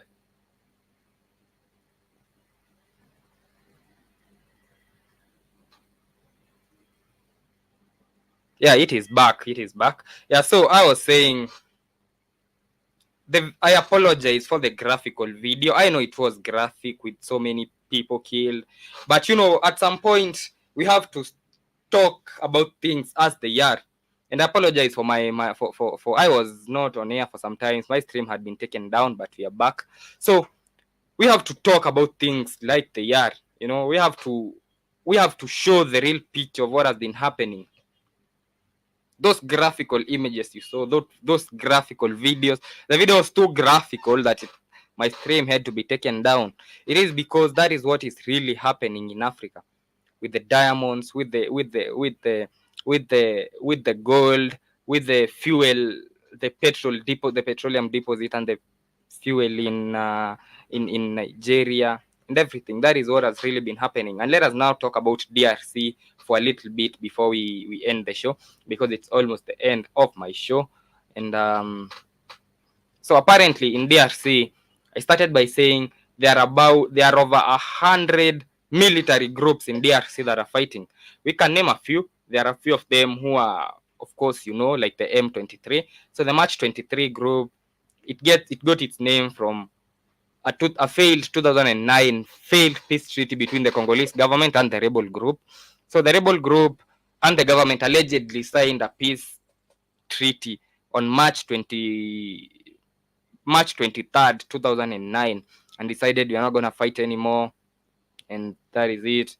But of course, the war continued, and the rebel group allegedly split. I'm using the word allegedly because with these things, you really never know. There's a lot of propaganda. You really, unless you're from DRC, you really can never tell what the truth is. You really can't trust the mainstream media. You can't trust the mainstream media. You can't trust the internet. You can't trust the social media.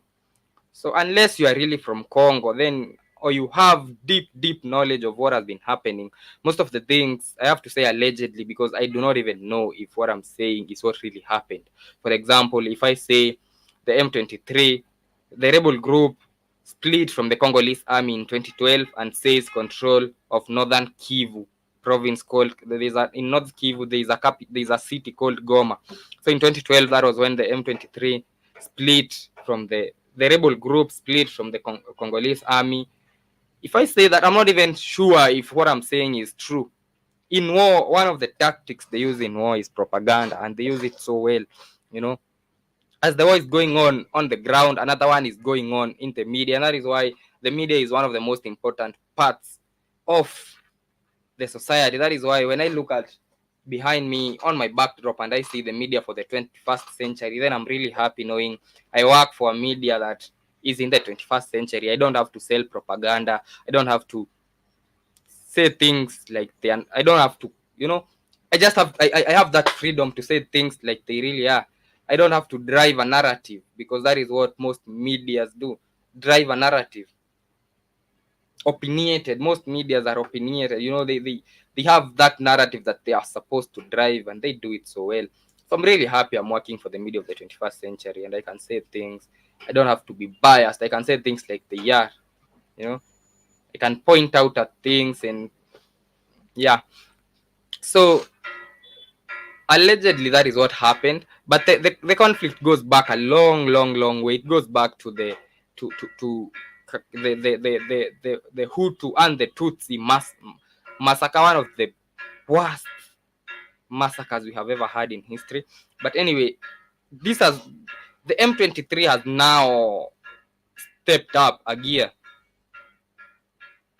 It has always been there for years, for the last couple of years, but it has now stepped up a gear. So last November, the M23 rebels struck several Congolese army positions.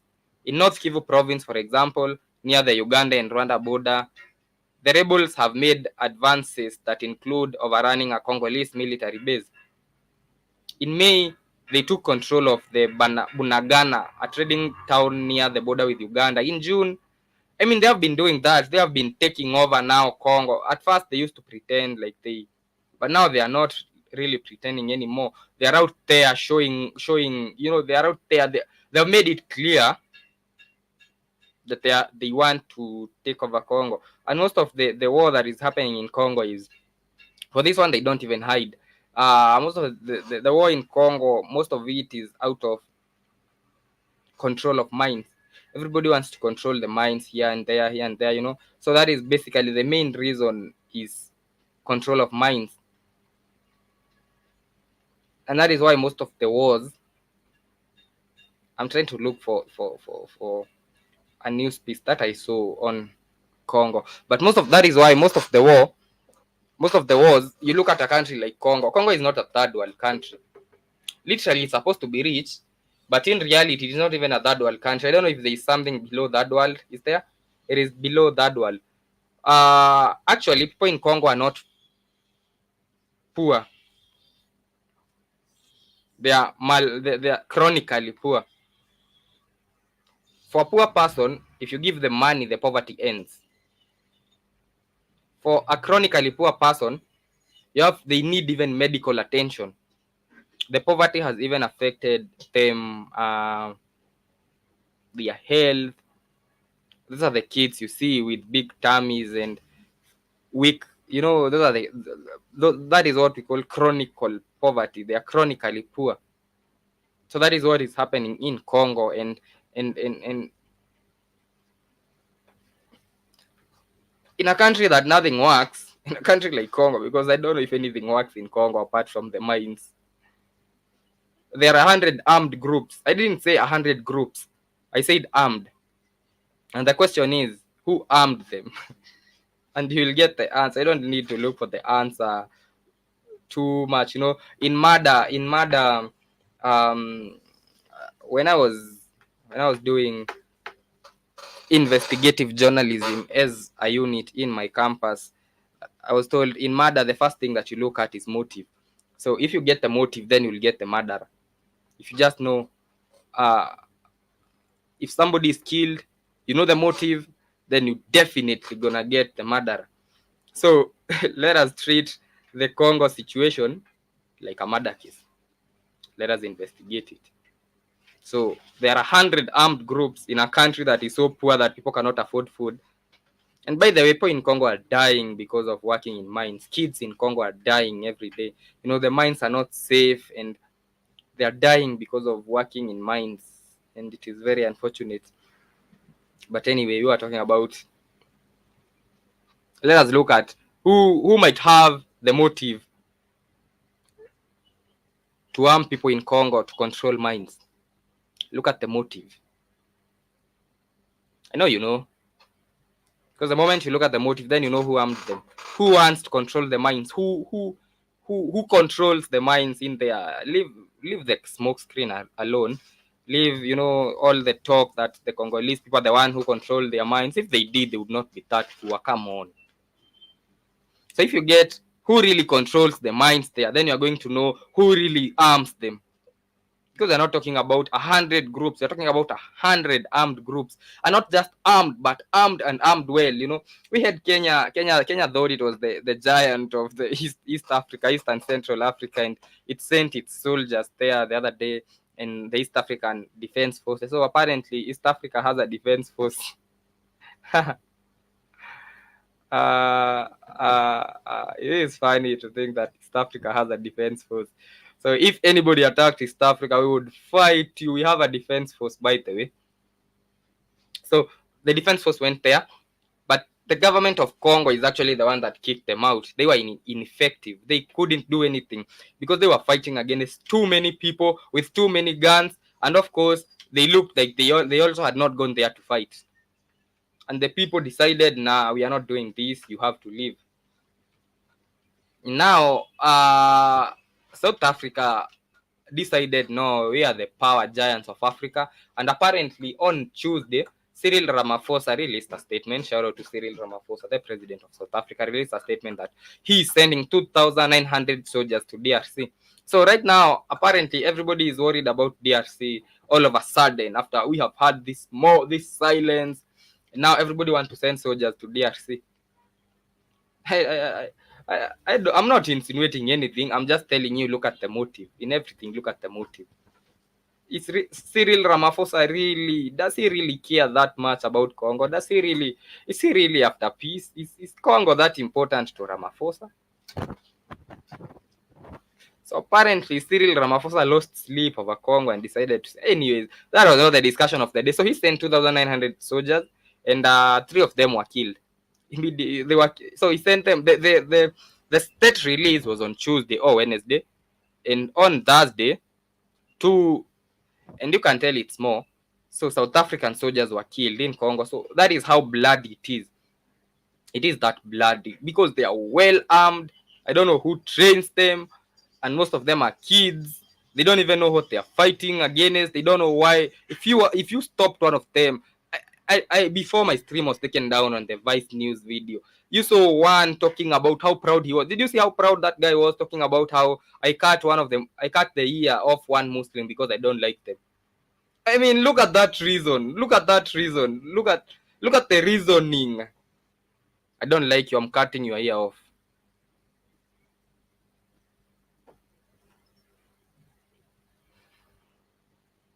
And now,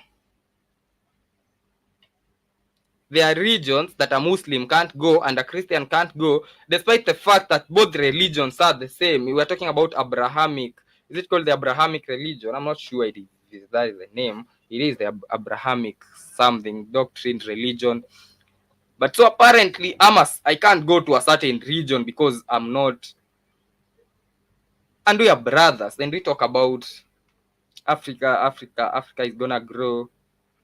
How is Central African Republic gonna grow when a Christian can't access some areas and a Muslim can't access some areas?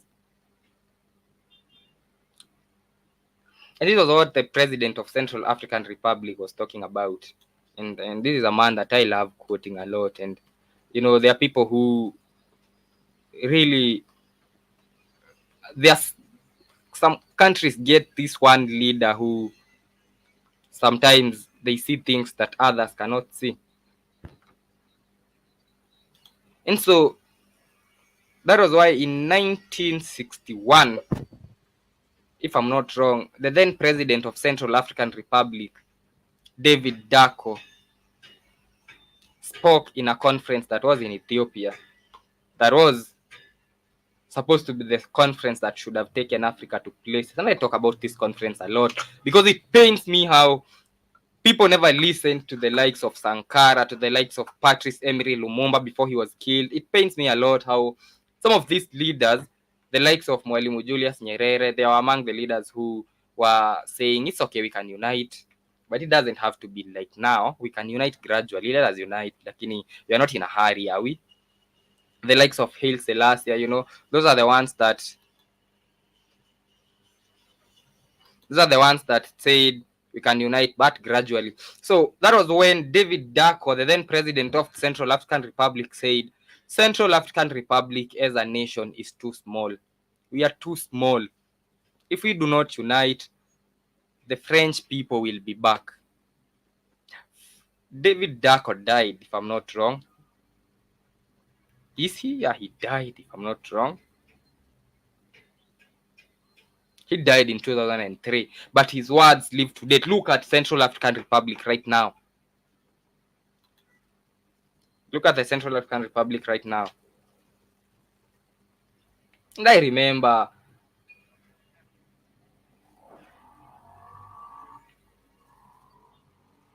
Kwame Nkrumah spoke in that conference. And Kwame Nkrumah said, let us not live here without a common government, a common army, and a capital. And he said,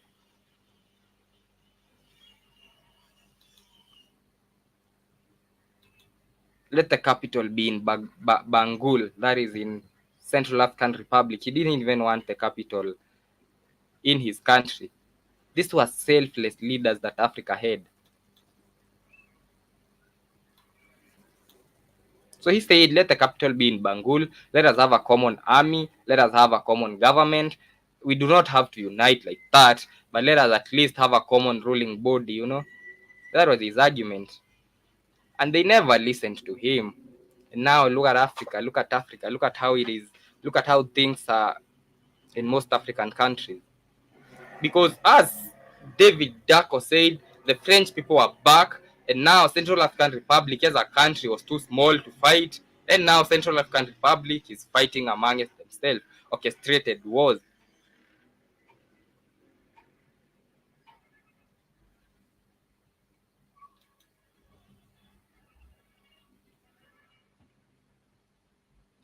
And it is like a curse to have minerals in Africa.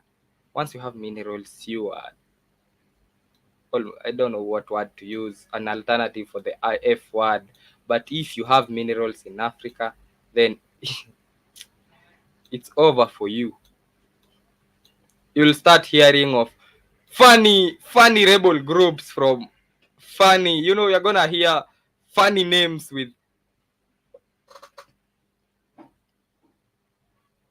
gonna hear the General Mosquito Alliance is now fighting against the Jibajaba rebels, because the General Mosquito Alliance does not believe in Christianity.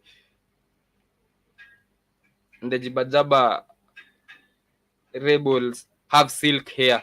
That is what is happening in Somalia with the Somalis and the Christians. I'm not. I have lacked the other word to use, because the Somalis have that. Is it silky hair? And now the I don't know what is the opposite of Somalis, if there is one. So that is what is happening with the blood minerals. That is why every mineral-rich country in Africa is in chaos. Because it is so hard to steal from a united country, a united continent, a united, it is hard, because they're going to see you, they're going to see through your lies, and they're going to beat the hell out of you.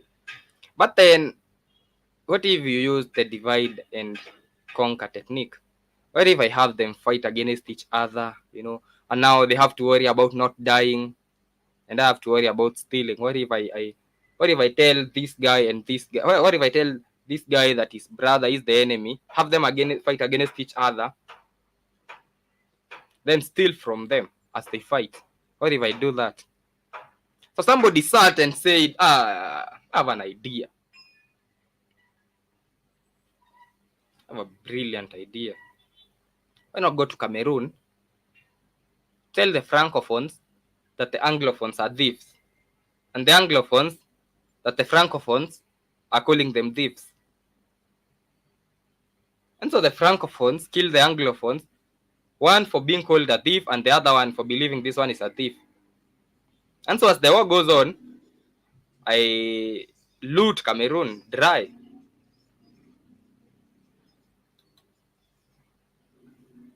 So someone thought about that and actually implemented it. And funny enough, it worked. Not just in Cameroon.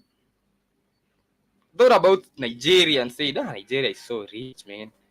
How can we let those people with their joll of rice have all the fuel?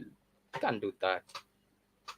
Why don't I go to the people in northern Nigeria and tell them the people from southern Nigeria are their enemies because they do not recognize Allah, and those ones do not recognize Jesus Christ. And now have these ones kidnap these ones, and have these ones kidnap schoolgirls, and have Tinubu fight ECOWAS, and have Tinubu fight Traore, and have,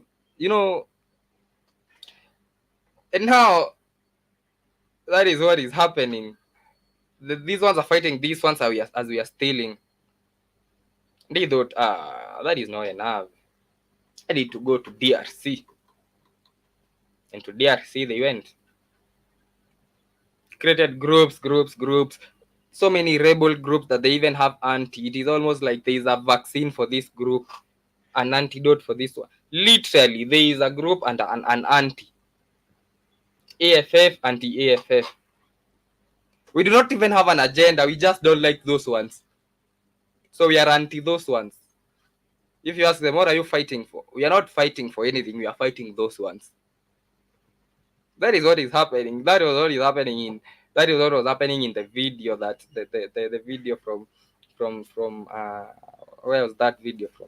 From Central African Republic. A group is called anti that. I don't have a problem with anything. I just don't like that one. So I don't like Joby, so I create an anti-Joby rebel group just to fight Joby. It is funny. It is funny. It is funny and sad because so many people die out of that stupidity. So they went to Congo, the Democratic Republic. I don't know about Congo Brazzaville. Does anything happen there? I don't know about Congo Brazzaville. I'm gonna research on what is going on in Congo Brazzaville, by the way.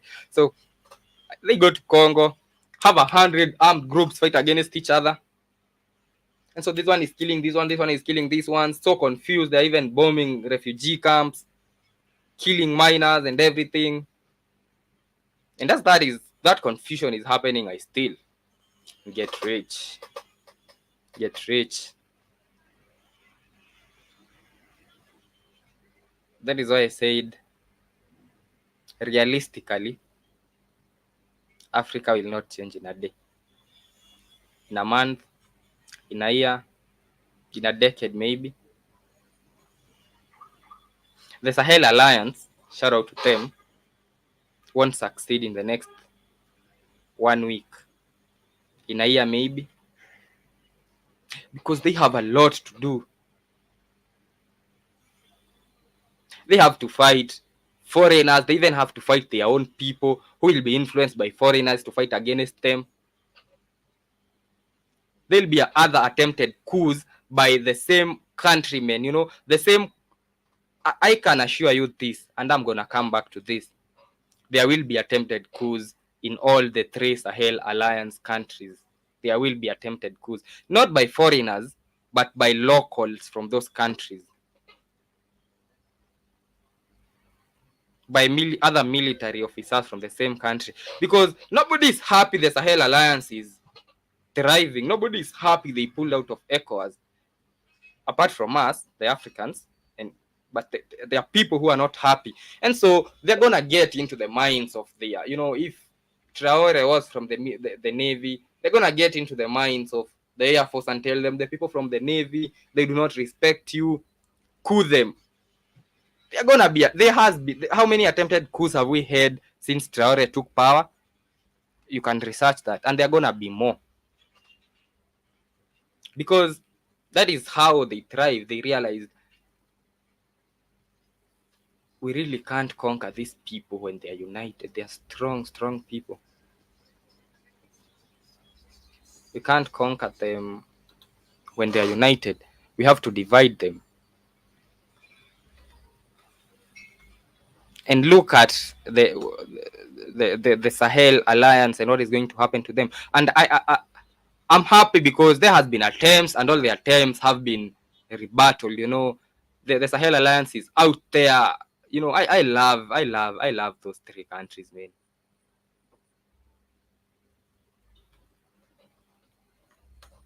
And as we come to the end of the show today,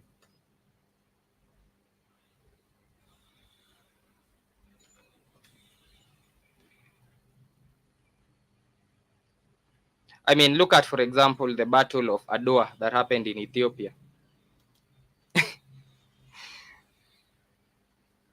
And how the Ethiopians beat the hell out of those colonizers.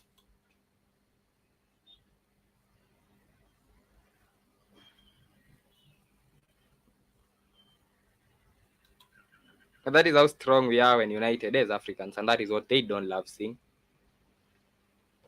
That is why we will always be made to believe that brother is a Christian, kill him, that brother is, a lot of propaganda and hate that is planted, and our people are gullible. Probably out of illiteracy, probably out of poverty, probably out of the many years of ignorance. Our people are gullible, very gullible, very, very gullible, very gullible. You drive a narrative, they'll take it as it is. You go to Somalia, you tell them, those Christians do not follow the Sharia, kill them. They are going to kill them.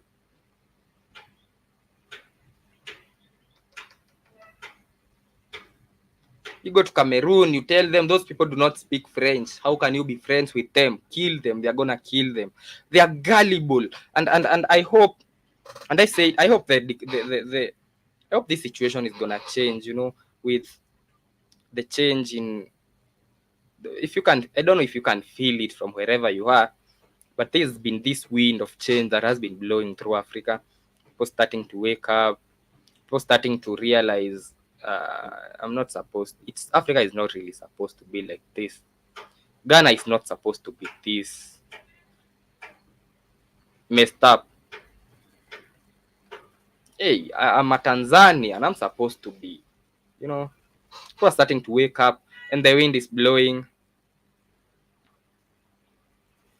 And the Africans have a saying that one day the wind will blow and the anus of the chicken will be revealed, and it has started getting revealed. People are starting to see things like they are. People are starting to see the hand behind the puppets. People are starting to question things. The gullibilities ending little by little by little. People are starting to ask, why are you vaccinating us? Do you love us this much that you're giving us vaccines for free? Really, bro? Really?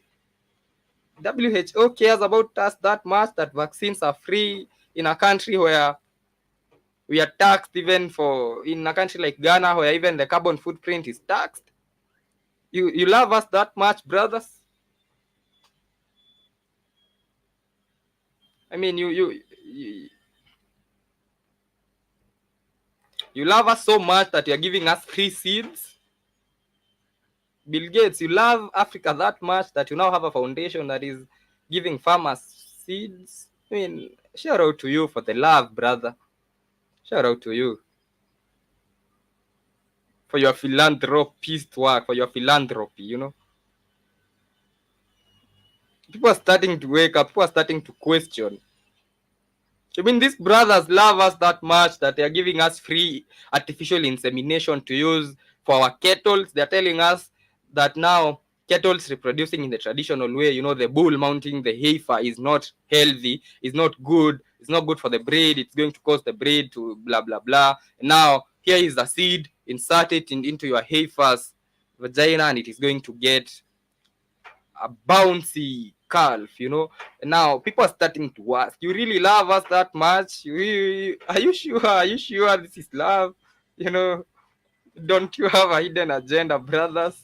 People are starting to wake up, and I love it. I love it. I really love it.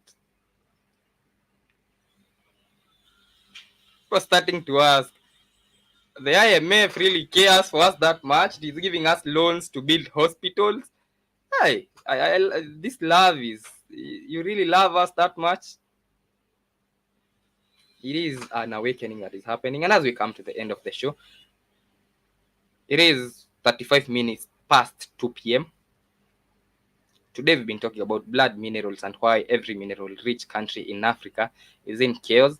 Thank you to everybody who was with me in the comments, and for those who are going to watch this episode later on YouTube, on Rumble, and on the radio station. Big shout out to General Mosquito, big shout out to Joby, big shout out to Michelle, who I know was with me. Big shout out to Jiba Jaba, who I'm sure will be watching this later. Big shout out to Keith. Big shout out to everybody who was listening, watching.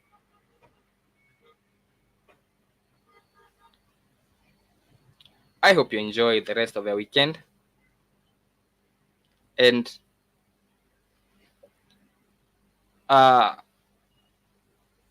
in conclusion, to do with blood minerals and countries in Africa,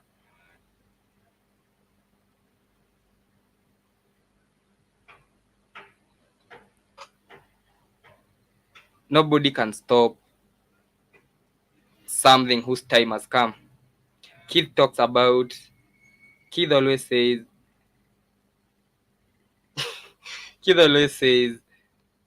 the pot has reached the boiling point and now the lid is getting blown off. So nobody's gonna stop at a thing whose time has come. And look at the Sahel Alliance, look at the awakening, look at the people starting to see things, look at the people starting to question. And it is a reason to smile. And big shout out to the donkeys from General Mosquito.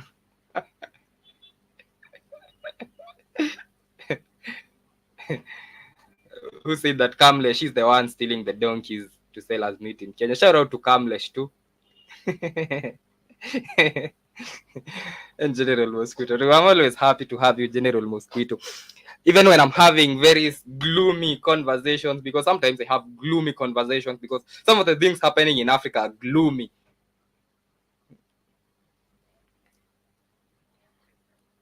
Anyways, I hope you enjoyed the rest of your weekend, that is.